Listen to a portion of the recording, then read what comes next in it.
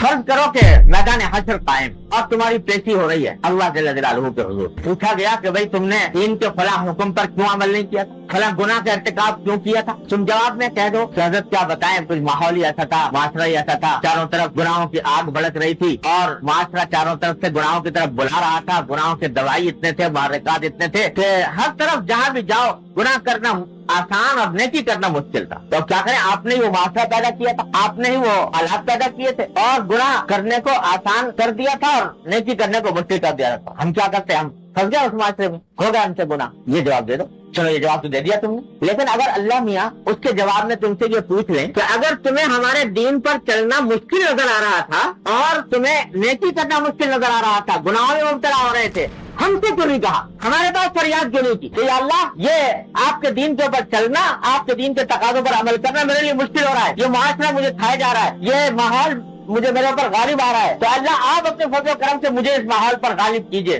مجھے اس معاشرے پر غالب کیجئے. ارے سارا قرآن ہم نے بھرا ہوا تھا یہ کہتے کر کہ ان اللہ علی کل شیء قدیر, ان اللہ علی کل شیء قدیر, اللہ تعالیٰ ہر چیز پر قادر ہے. اور سارے قرآن میں تم کو دعوت دی تھی کہ ہمیں پکارو, ہم سے مانگو, جو کوئی مشکل ہو رہی ہو, جو کوئی پریشانی پیش آ رہی ہو, ہم سے کہو تو ہم سے تم نے کیوں نہیں